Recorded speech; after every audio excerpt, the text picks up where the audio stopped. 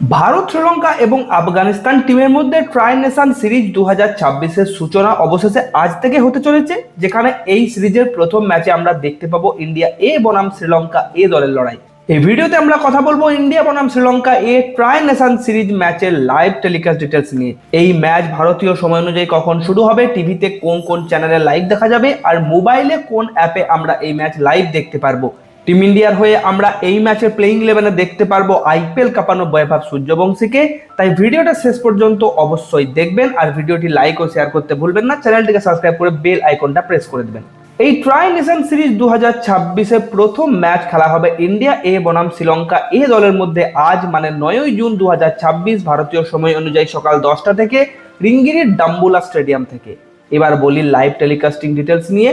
এই সিরিজ টিভিতে দেখা যাবে সোনি স্পোর্টস নেটওয়ার্কে। সোনি স্পোর্টসের কাছে এই সিরিজের ব্রডকাস্টিং রাইটস আছে, অর্থাৎ সোনি স্পোর্টস 1-এ ইংরেজি কমেন্ট্রি এবং সোনি স্পোর্টস 3-তে হিন্দি কমেন্ট্রি। এছাড়াও আরও অন্য কিছু ভাষাতেও চ্যানেলে সম্প্রচার করা হবে। আর যারা ফ্রি ডিশ ব্যবহার করেন তাদের জন্য খারাপ খবর, এই ম্যাচটি ডিডি স্পোর্টসে লাইভ দেখানো যাবে না।